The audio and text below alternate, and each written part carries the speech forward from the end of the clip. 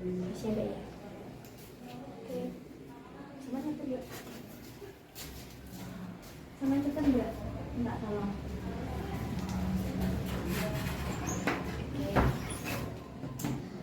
Oke, hari ini kita pelajaran kelas 9 ya. Kelas 9 itu materinya ada yang pertama, bab 1 itu adalah melaporkan hasil percobaan. Oke, berarti hari ini materinya laporan hasil percobaan atau bisa disingkat dengan LHP. Biar gampang ya, LHP aja kayak gitu. Nah, laporan hasil. Oke, laporan hasil percobaan. Seperti yang sudah saya jelaskan kemarin, kalau laporan hasil percobaan berarti itu didapat dari percobaan. Percobaan itu ada apa sih? Percobaan itu ada banyak banget. Percobaan itu nggak hanya kita mencoba sesuatu yang belum pernah kita lakukan, tetapi percobaan itu bisa penelitian, bisa juga observasi, oke, bisa juga pengamatan, oke, dan lain-lain. Oke, nah setelah itu di laporan hasil observasi itu ada 3 jenisnya. Yang pertama adalah observasi LHP, observasi. Yang nomor 2 nanti ada LHP penelitian. Bukan penelitian, sebentar. Laporan, bentuknya laporan. Selanjutnya yang nomor 3 ada LHP tentang analisis. Jadi ada observasi, ada laporan, ada juga analisis. Nah, masing-masing LHP ini itu punya ciri-ciri yang berbeda. Oke, kita bahas yang pertama dulu. Kalau yang LHP observasi, kita taruh di bawah sini. Yang namanya observasi itu berarti pengamatan berdasarkan apa yang sudah kamu amati. Berdasarkan apa yang sudah diamati. Oke, jadi contohnya begini deh, misalkan kamu melihat teman-temanmu satu kelas. Misalkan objeknya adalah teman satu kelas. Contoh, objeknya adalah teman satu, bukan teman satu kelas, teman sekelas. Oke, teman sekelas. Jadi misalkan gini, selama istirahat, jadi waktu kamu istirahat, mungkin teman-temanmu di sana banyak melakukan kegiatan-kegiatannya masing-masing. Setelah itu kamu amati. Oh, ternyata temanku si A, misalkan teman sekelas, misalkan si A. Nah, si A ini kamu mengamati, oh ternyata si A ini dia hobi menyanyi. Oke, berarti ini kamu observasi hobi. Oke. Ternyata si A itu hobinya menyanyi. Kenapa kamu bisa tahu hobinya menyanyi? Karena setiap istirahat dia itu selalu nyanyi. Nyanyinya itu bukan hanya lagu Indonesia, bisa lagu Korea, bisa lagu bahasa Inggris, bisa juga lagu Mandarin mungkin. Oke. Nah, setelah itu kamu mendapatkan lagi si B. Ini hobinya adalah menonton film.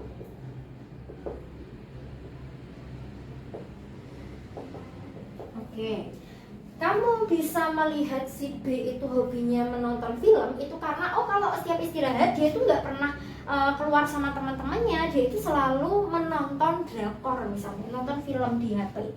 Oh, berarti ternyata si B ini hobinya nonton film.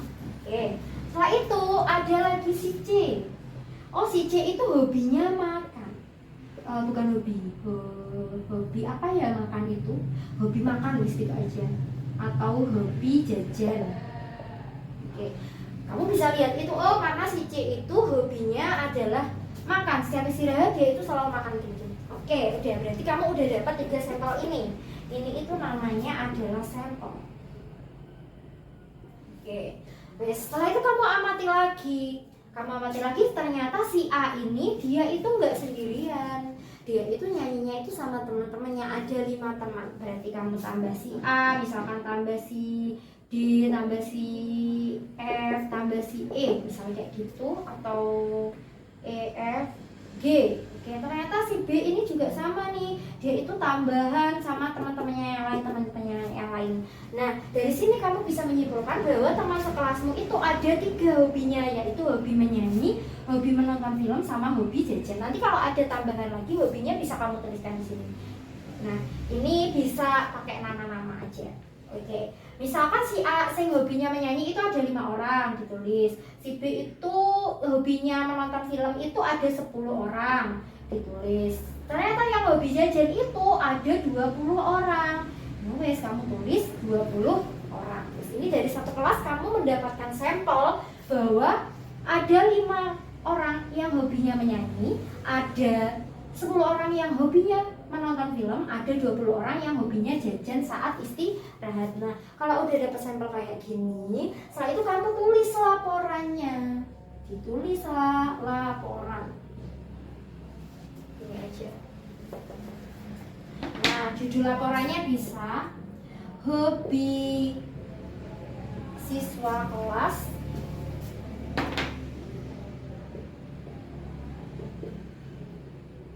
misalkan kelas 9A. Oke, misalkan hobi siswa kelas 9A. Nah, setelah ini nanti berarti ya cara menyusun laporannya bagaimana, Mbak? Caranya menyusun laporan nanti kalau berdasarkan buku bahasa Indonesia yang ini. Nah, sebentar, ada di halaman 24. Di halaman 24 itu ada struktur teks laporan hasil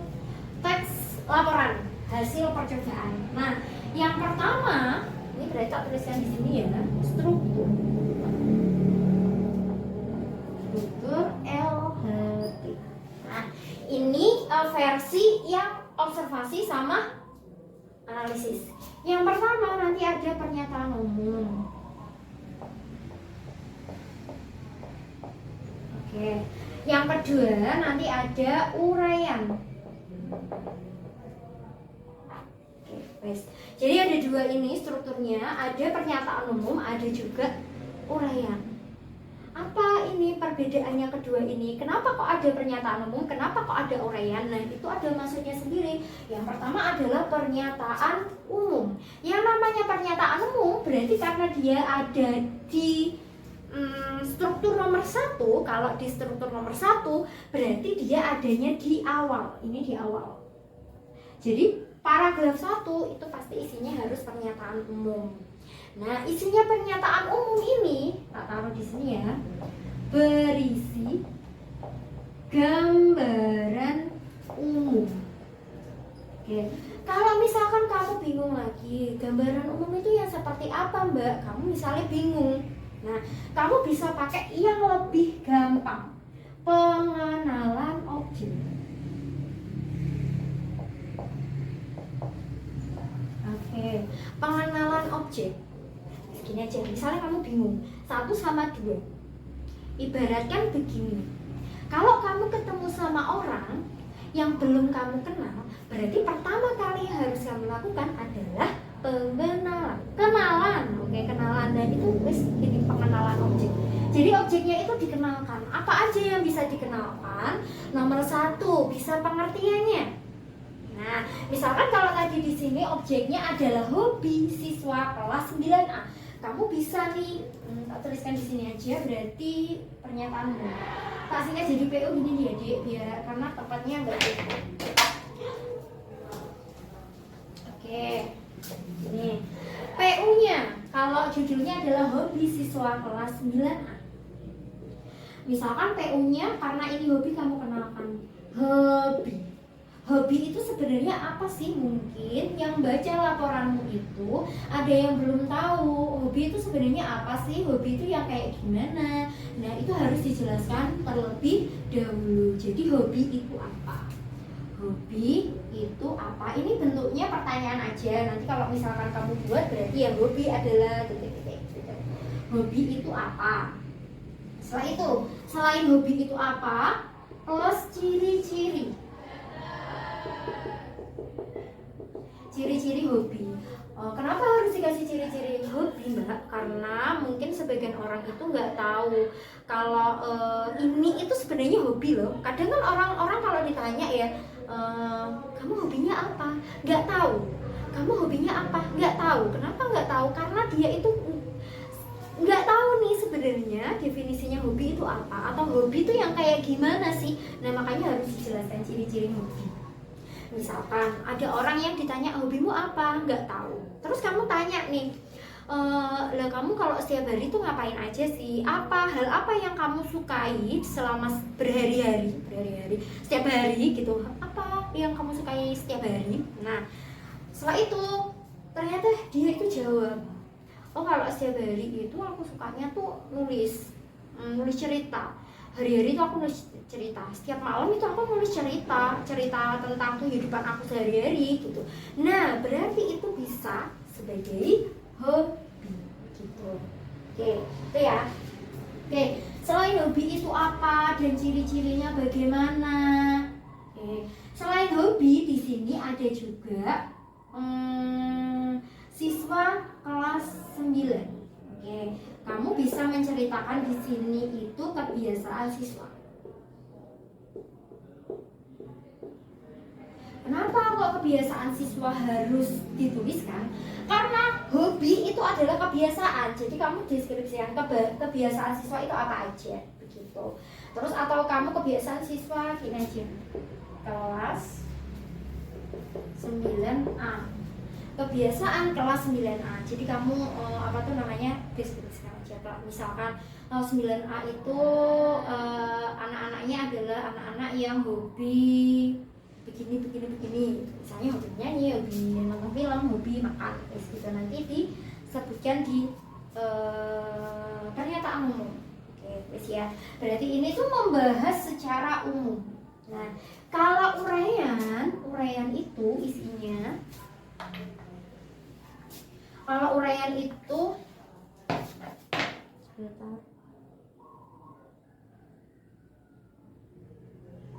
Oke, kalau uraian ini dia versi khususnya pernyataan umum. Di sini itu isinya adalah menggambarkan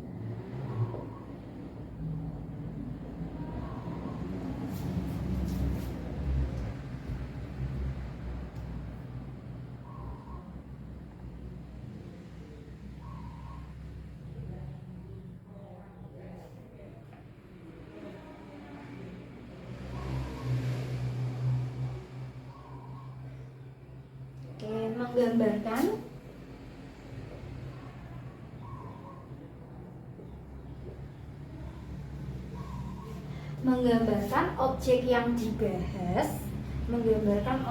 dibahas, secara rinci. Jadi di uraian ini tuh hampir sama dengan teks deskripsi. Masih ingat teks deskripsi? Jadi kalau teks deskripsi itu teks yang dia fungsinya untuk menggambarkan suatu objek dengan rinci agar pembaca seolah-olah mendengar, melihat, dan merasakan. Hampir sama dengan ini, cuma tidak akan serinci dari teks deskripsi begitu. Jadi wis ini aja. Jadi ya kalau langsung contoh aja. Di uraian ini, contohnya tadi kan setelah kamu mengamati, ini data-data yang kamu punya, ini datanya. Ternyata ada 5 orang yang hobinya menyanyi, ada 10 orang yang hobinya menonton film, ada 20 orang yang hobinya itu jajan. Oke, guys, ini ya. Setelah itu, di dalam uraian,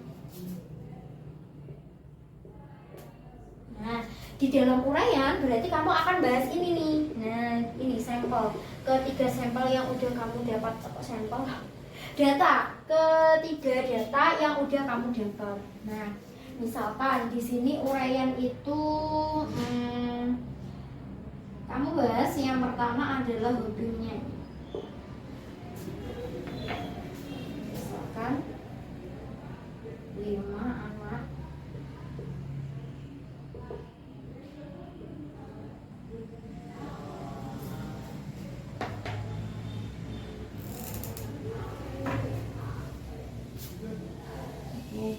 ada 5 anak yang hobinya menyanyi. 5 anak hobi menyanyi. Oke. Nah, ini tuh yang enggak harus, ini tuh enggak kamu gimana sih bahasanya? Ini tuh enggak secara cuma-cuma kamu tulis kayak gini. Yowis kamu tulis gini toh. 5 anak hobi menyanyi. 10 anak hobi menonton film. 20 anak hobi makan jajan. Enggak kayak gitu. Jadi ini dideskripsikan. Hasilnya itu dideskripsi, jadi dideskripsikan gitu.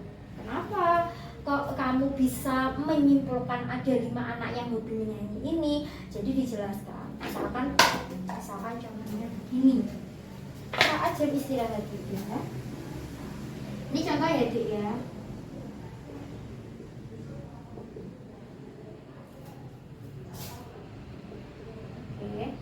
Saat jam istirahat itu ya,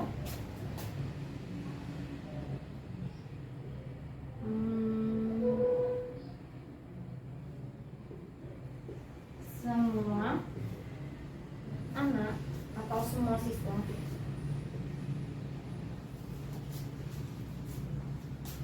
melakukan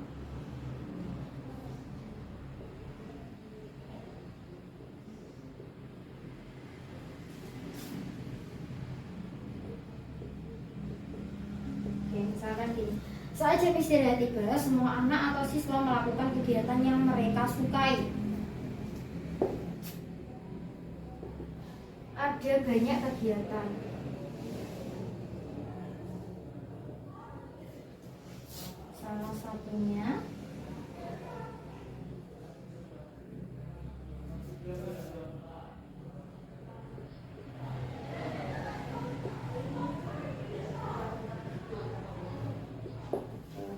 Salah satunya adalah menyanyi. Nah, nanti bisa dijelaskan kenapa kok menyanyi, kenapa kok menyanyi itu bisa dijadikan hobi. Oh, karena memang kegiatan ini tuh selalu dilakukan setiap istirahat. Jadi istirahat misalkan 20 menit, ya selama 20 menit itu dia tidak melakukan kegiatan apa-apa, dia hanya menyanyi toh. Atau misalkan dia makan, tapi makannya juga sambil nyanyi. Atau dia ngerjain tugas, tapi ngerjain tugasnya juga sambil nyanyi. Nah, berarti dari situ kan kamu bisa menyimpulkan bahwa si 5 anak ini hobinya menyanyi. Begitu juga nanti yang menonton film sama yang makan jajan. Jadi harus dijelaskan gitu. Oke, sudah sampai sini ada yang ditanyakan? Oke, soalnya ini ya, jadi oke, yang dua belum tak jelasin. Oke, yang laporan dulu. Kalau laporan itu berarti kayak laporan praktikum. Mungkin kamu udah pernah praktikum biologi. Nah, kalau di biologi itu pastikan ada praktikumnya. Katakanlah lah asam basa.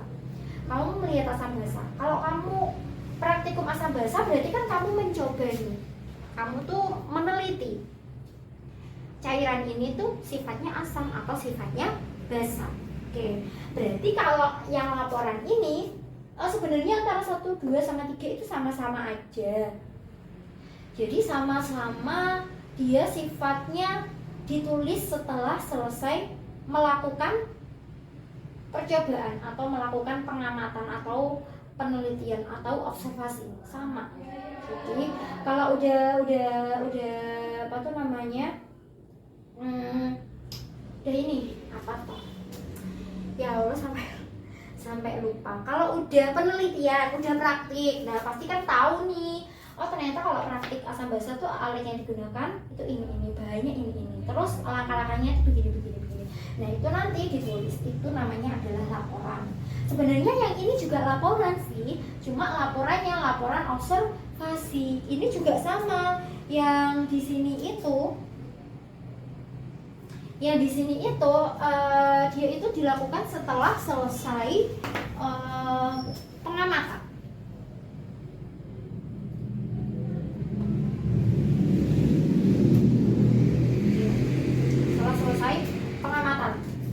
juga ini.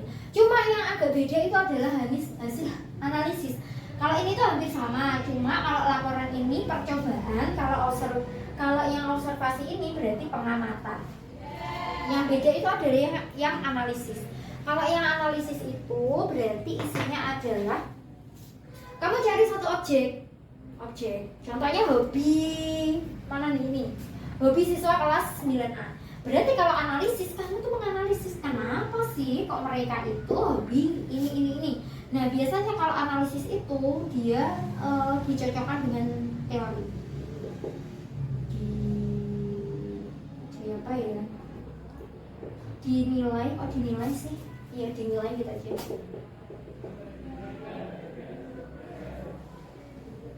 Dinilai berdasarkan teori. Nah, kalau di observasi itu nggak ada teorinya nggak apa-apa. Kalau di laporan itu harus ada teorinya. Nggak ada teorinya nggak apa-apa. Tapi kalau di analisis itu harus ada teorinya. Gini, misalkan kamu mengamati bahwa di kelas kamu itu ada banyak sekali anak-anak yang hobinya menonton film. Oke, kamu ada itu. Oh, ternyata itu anak-anak kelas 9A hobinya itu kebanyakan adalah nonton film atau makan jajan. Nah, menurut teori dari titik-titik itu selaras dengan ternyata kalau perempuan itu tuh memang hobinya itu menonton film, karena mungkin film yang ditonton itu sesuai sama kondisi aslinya, kondisi asli kenyataannya, jadi relate sama kehidupannya dia, makanya dia hobinya adalah menonton film. Ini ya, itu yang analisis. Jadi saya ulangi lagi, kita bahas lagi. Kalau yang laporan hasil percobaan itu bisa penelitian, bisa observasi, bisa pengamatan. Jadi percobaan itu tidak hanya praktik, jadi bisa penelitian. Jadi kamu meneliti, misalkan meneliti kandungan vitamin C pada jeruk. Nah, itu termasuk penelitian, bisa juga percobaan. Setelah itu observasi. Nah, ini mungkin yang agak beda ya. Kalau ini kan sama, berarti kalau meneliti kan berarti melihat. Berarti kan aku mencoba mengecek kandungan vitamin C pada jeruk. Nah, kalau yang observasi itu dia enggak percobaan, ya wis kayak cuma aku mengamati bahwa di sekolah ini atau gini. Kamu melihat bahwa sebagian teman sekelasmu itu suka makan jeruk. Ini tuh cuma melihat aja. Nah, kalau pengamatan ini sama juga dengan observasi.